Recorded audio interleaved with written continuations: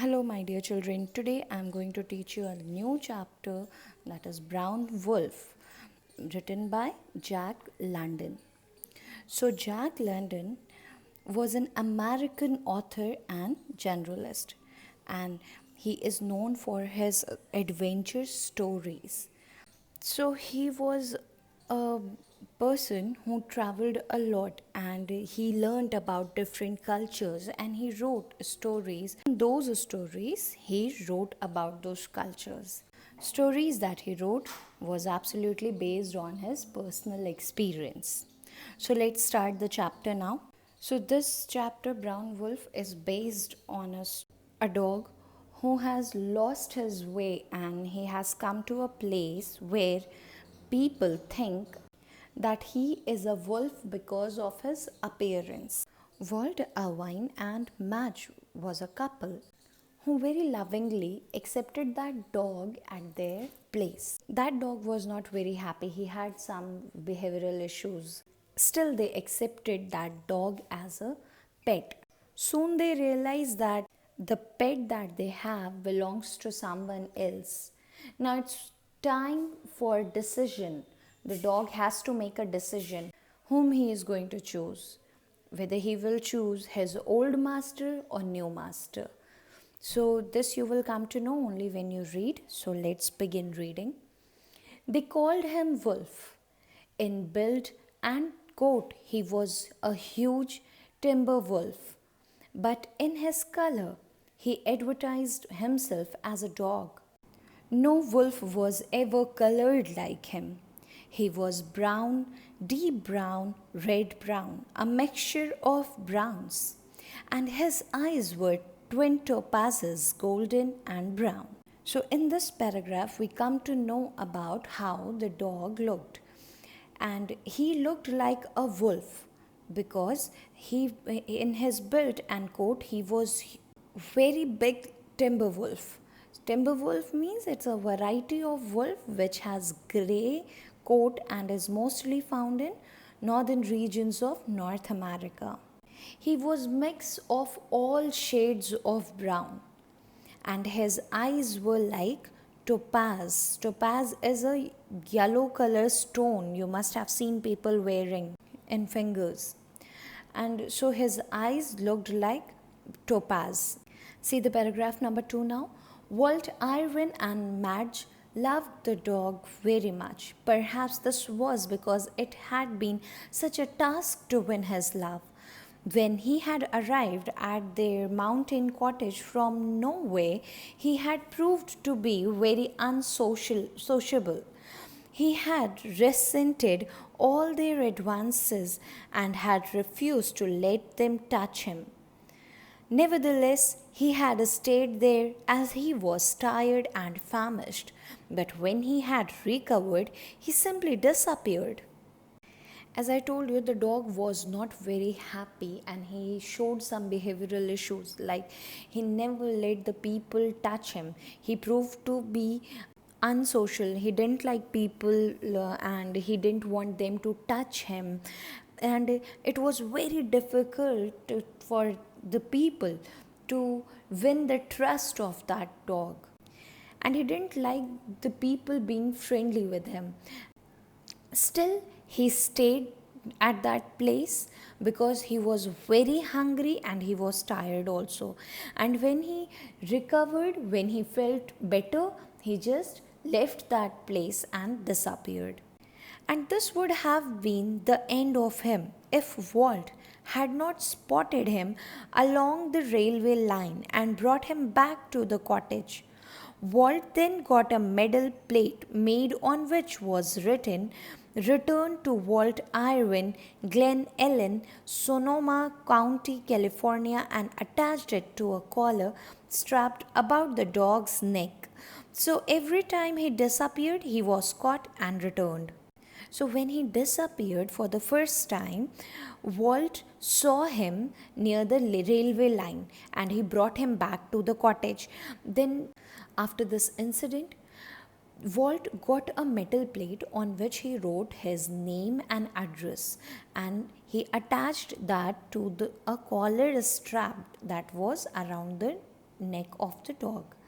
So, whenever next time he disappeared, this is a culture mainly I have seen in foreign countries. Children, here in India, I have not seen people doing this. In foreign countries, what people do, around the collar of the dog, people leave a chip, and on that they write their name and address, so that if ever in future the dog is lost, people can find the name and address of the owner and can return the dog to the master. So he did the same thing, and whenever he was disappeared next time, he was caught and returned to Madge and Walt Irwin. The remarkable thing about his disappearing was that every time he fled, he went north. Homing instinct was what Walt thought about it. So you know that Walt Irwin and Madge thought that this is a wolf, right? They thought that he in this animal is a wolf, and he is coming from north.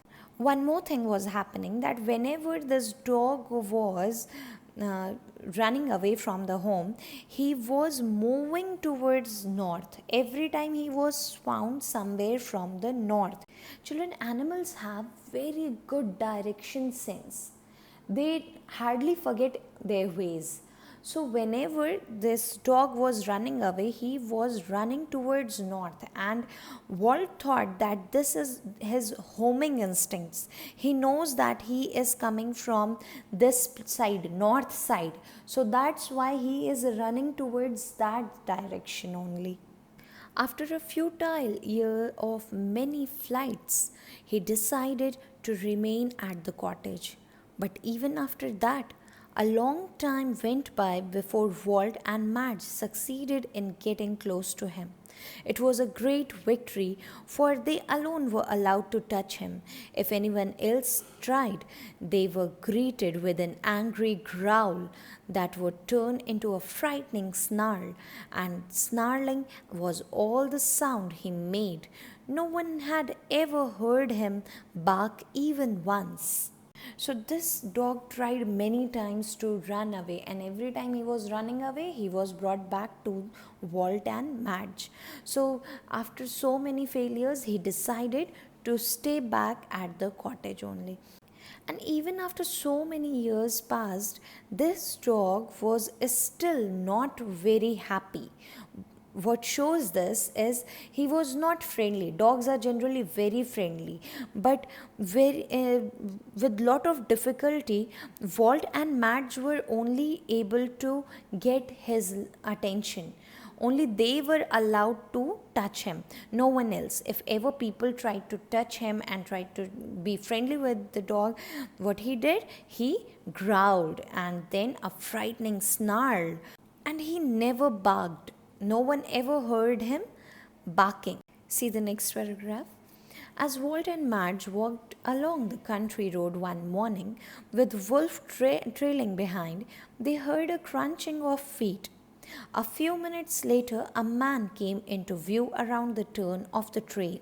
So, this paragraph says that Walt and Madge, along with the dog, went out for a walk in morning when they heard a crunching of heavy feet, means they heard footstep of someone coming, and later they saw a man. Now see paragraph number 7, 8, 9, 10 and 11. Warm day, Walt greeted him. The man paused and nodded. I guess I ain't used much to the warm, he said half apologetically. I am more accustomed to zero weather. You don't find any of that in this country, Walt laughed. Should say not, the man answered. And I ain't here a looking for it either. I am trying to find my sister. Maybe you know where she lives? Her name's Johnson, Mrs. William Johnson. So, here in these paragraphs, they are exchanging words. Walt greeted that stranger and he wished him warm day, and the man told him that he is not very much used to warmth and he is more used to of zero weather. Walt said that he will not find zero weather here in this country. To which a stranger replied that he is also not looking for it either, and he is trying to search his sister's house, and her name is Mrs. William Johnson. You are not her Klondike brother, Madge cried, her eyes bright with interest, about whom we have heard so much. Yes, that's me, he answered. My name's Miller, Skiff Miller. I just thought I'd surprise her. You are on the right track then. Madge pointed down the hill. Take that little train turning off to the right. It's the shortcut to her house. You can't miss it. Yes, thank you, ma'am, he said. So, in these paragraphs, when he said that he is looking for his sister, Mrs. William Johnson, immediately Madge recognized him and he said that you are not her Klondike brother. Klondike is a region in northwestern Canada, okay? So, Klondike brother, you are not her Klondike brother. And we have heard a lot about you. He agreed that I am the same person and my name is Skiff Miller and I'm just here to surprise my sister. Madge then showed him the way to his sister's house, and in return Skiff Miller thanked her.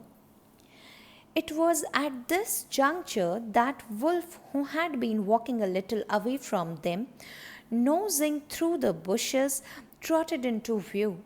Skiff Miller saw the dog and a look of great wonder came into his face. Well, well, he said slowly.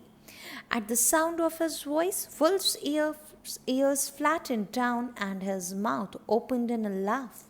He trotted up to the stranger and first smelled his hands, then licked them with his tongue. Madge was amazed. We never saw Wolf make up to a stranger before. So, when all these things were happening, when they were exchanging that conversation, the wolf came, and when he saw Skiff Miller, the wolf started walking very fast, and he went to Skiff Miller. And when he heard Skiff Miller's voice, his ears flattened, and on the other hand, Skiff Miller was also surprised. When dog saw Skiff Miller, he came more closer. He just opened his mouth in a laugh, and dog smelled the hand of Skiff Miller. And seeing all this, Madge was absolutely amazed because this wolf was not at all friendly. He never let people touch him, and it was only Madge and Walt who were able to touch that wolf. So Madge was in extreme shock that what is this happening, how the behavior of this wolf suddenly changed. That's it for today, children. If there is anything that is not clear to you, please ask. Thank you.